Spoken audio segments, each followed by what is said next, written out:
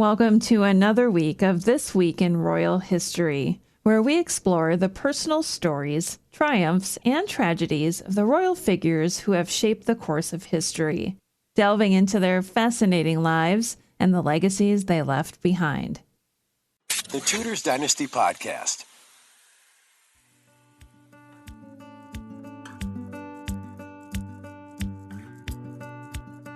All right, to lead things off this week, let's spice things up a bit. Today I have a juicy story about Margaret of Scotland, the OG drama queen of medieval times. Margaret was born on a chilly February day in 1261 to Alexander III of Scotland and Margaret of England. Now, her uncle was none other than Edward I. You can imagine the family drama. But things got even more complicated when Margaret became betrothed to Eric II of Norway at just 20 years old. You see, tensions between Scotland and Norway were high at the time. And what better way to ease the tension than to marry off a princess? But the real kicker was the treaty that came with the marriage. If Alexander III or any of his sons died without legitimate children, Margaret and her offspring would succeed to the Scottish throne. How's that for a power move? Fast forward to the fall of 1281, and Margaret and Eric finally tied the knot. There was just one tiny little problem. Eric was only 13, and Margaret was 20. Regardless of the age difference, Margaret became pregnant, and in the spring of 1283, she gave birth to a daughter. Sadly, Margaret did not survive childbirth and passed away on the 9th of April, 1283, at the age of 23. But wait, there's more. Margaret's daughter, known as the Maid of Norway, went on to become Queen of Scotland in 1286 when she was 3 years old. Let's just say her reign was anything but smooth sailing. But that's a story for another day. Speaking of strong-willed women named Margaret, did you know that another Margaret made her mark on history as well? Of course you did, but are you familiar with Margaret of Flanders? She was born on the 13th of April, 1350, and was no stranger to the ups and downs of medieval politics. Born to Louis II, Count of Flanders, and Margaret of Brabant, Margaret was their only surviving child, making her quite the precious gem. In 1355, she married Philip I, Duke of Burgundy. But their story was cut short when Philip died tragically in a riding accident just 6 years later. But that wasn't the end of Margaret's story. The Duchy of Burgundy was claimed by John II of France and granted to his son, Philip the Bold, in 1364. Margaret went on to marry Philip the Bold in 1369, and they had 9 children together.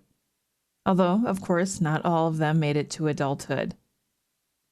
When her father passed away in 1384, Margaret and Philip inherited the County of Flanders. And let's just say they were not ones to shy away from power. But as we know, all good things must come to an end, and both Philip and Margaret passed away in quick succession, leaving the County of Flanders to their son John the Fearless, Duke of Burgundy. The County of Flanders later landed in control of the Habsburgs. Margaret may have lived in a different time, but her story is still one of strength, resilience, and a fierce desire for power. Here's to the Margarets of the world. May we all be as unstoppable as they were. From the unstoppable Margarets to the mighty Edwards, it seems like medieval England was a breeding ground for power struggles and epic battles. And speaking of epic battles, let's talk about Edward IV, the king who fought tooth and nail to secure his place on the throne.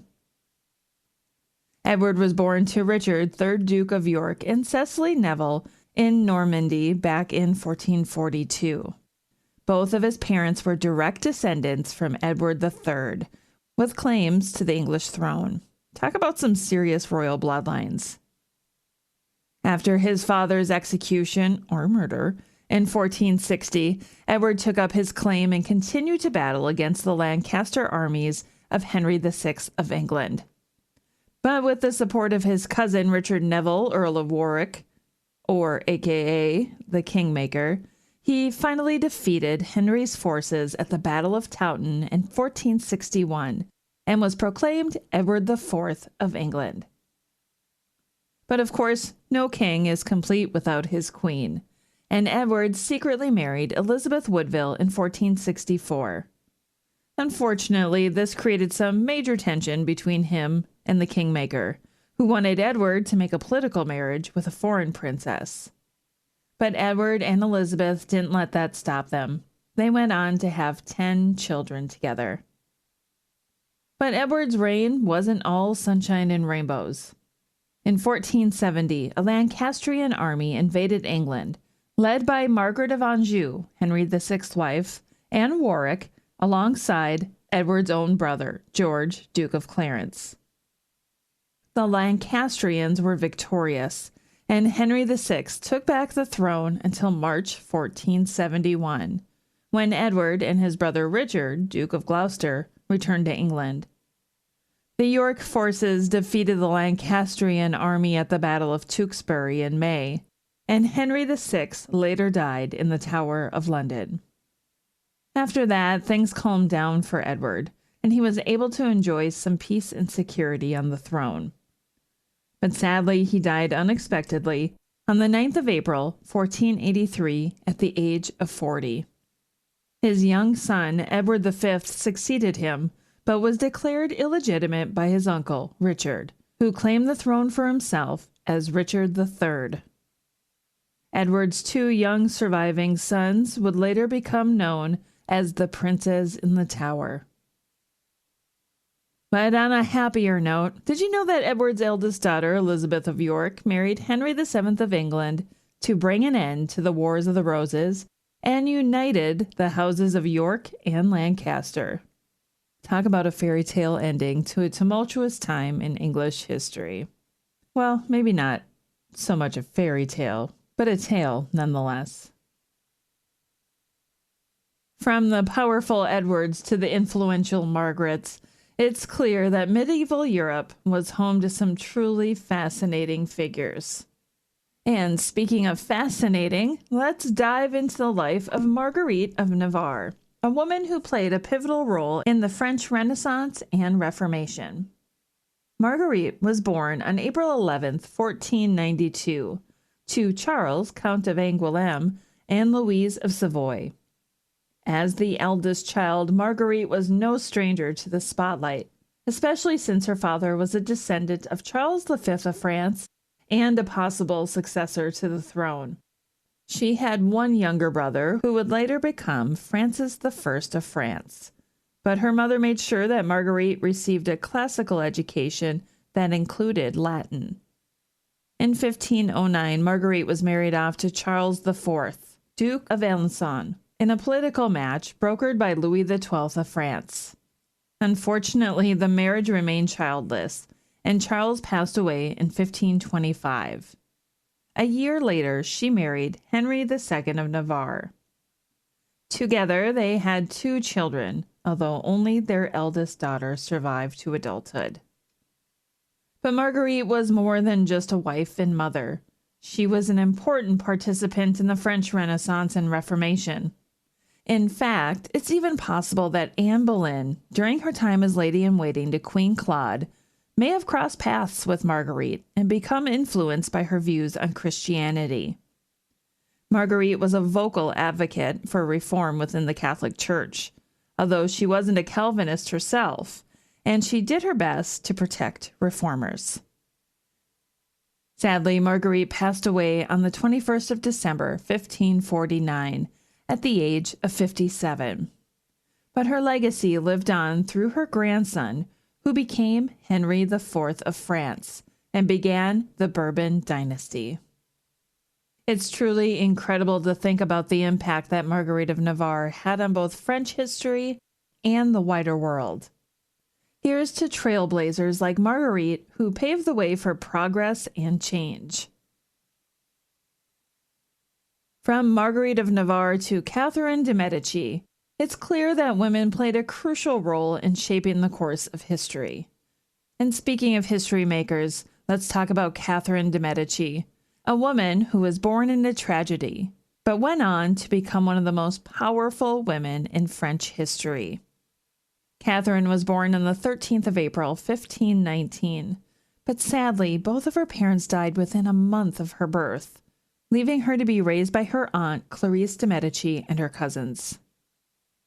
At the age of 14, Catherine married Henry, Duke of Orleans, who was the second son of Francis I of France. Unfortunately, Henry began an affair with Diane de Poitiers only a year into their marriage. Despite this, Catherine and Henry went on to have 9 children, with 7 surviving into adulthood. But Catherine's life wasn't all sunshine and rainbows either. She had no political influence during Henry's reign, and after his death in 1559, their eldest son became Francis II, but died less than a year later. Catherine then became regent for her younger son, Charles IX, who was only 10 years old at the time. She dominated Charles during his reign and was regent during the French Wars of Religion between the Huguenots and the Catholics. Catherine tried to reconcile the two sides by having her daughter Margaret marry Henry III of Navarre, a Protestant. Unfortunately, their wedding celebration in Paris became known as the St. Bartholomew's Day Massacre, in which hundreds of Huguenots were murdered. Catherine was implicated as being involved in the massacre, which stained her reputation. Despite this, Catherine continued to be politically involved during the reign of her other son, Henry III, still attempting to reconcile the two sides during the Civil War. Catherine died on the 5th of January, 1589, at the age of 69, and was buried at the Basilica of St. Denis, next to her husband. Henry III died only 8 months later, without any heirs.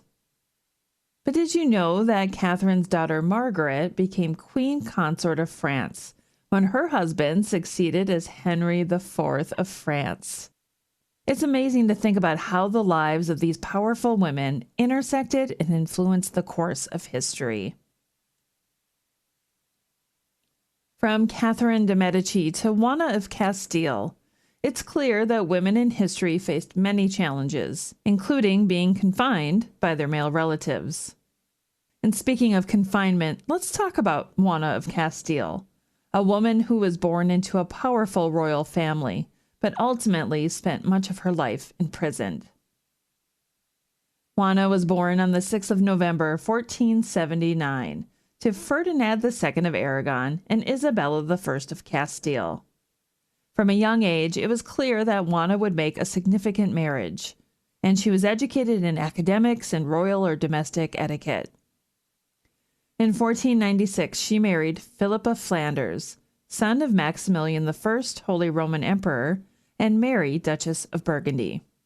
The marriage was arranged to strengthen the Austrian Habsburg and Spanish Trastamaras against the French, and Juana and Philip went on to have 6 children, all of whom grew up to be emperors and queens.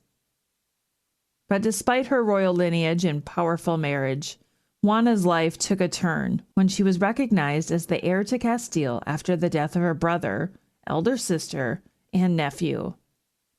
When her mother died in 1504, she became Juana I of Castile, but her husband and father saw her as unfit to rule and signed over Castile to Philip. When Philip died in 1506, Juana quickly lost control of Castile, which was turned over to her father in 1507. She was queen in name only, and her father had her confined to a castle.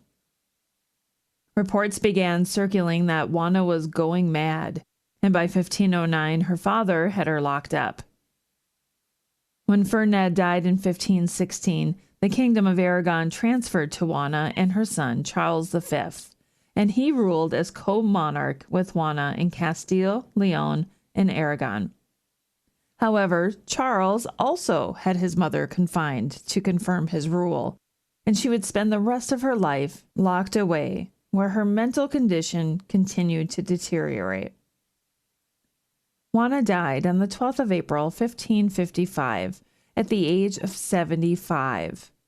It's heartbreaking to think about the confinement and mistreatment that Juana endured throughout her life, but she was ultimately laid to rest at the Royal Chapel of Granada with her parents and her husband. Despite the tragedy that befell her, Juana's royal lineage and the impact of her children ensured that her legacy would live on in European history. From Juana of Castile, who spent much of her life confined and mistreated, to Joanna of Austria, who tragically died at a young age. The struggles of women in history are all too apparent. Joanna of Austria, born into a powerful royal family, faced her own set of challenges during her short life. Joanna was born on the 24th of January, 1547, in Prague, to Ferdinand I, Holy Roman Emperor, and Anna of Bohemia and Hungary. She was the youngest of 15 children, and her paternal grandparents were Philip I and Joanna of Castile. In December 1565, Joanna married Francesco de' Medici, heir to the Grand Duchy of Tuscany, and they went on to have 8 children. Unfortunately, only 2 of their daughters would survive to adulthood, and the marriage itself was unhappy. Joanna longed for her home in Austria and struggled with the difficulties of adjusting to life in Italy. In 1578, while pregnant with her 8th child, she fell down the stairs at the palace and went into labor. The infant died upon birth, and Joanna passed away the next day. It was later revealed that she suffered from scoliosis, which would have made childbirth painful and difficult for her. Despite the challenges she faced in life, Joanna's legacy lived on through her children. Interestingly, her daughter Marie would go on to marry Henry IV of France in 1600, making Joanna an ancestress to the Bourbon kings of France. It's amazing to think about how the lives of historical figures like Joanna of Austria can have far-reaching impacts on the world, even centuries after their deaths. Well, that concludes this episode of This Week in Royal History. Thank you so much for listening. I'm Rebecca Larson. Until next time. Thanks for listening to this episode of the Tudors Dynasty Podcast. You can follow and support the Tudors Dynasty Podcast on Facebook, Twitter, Instagram, and Patreon @Tudors Dynasty.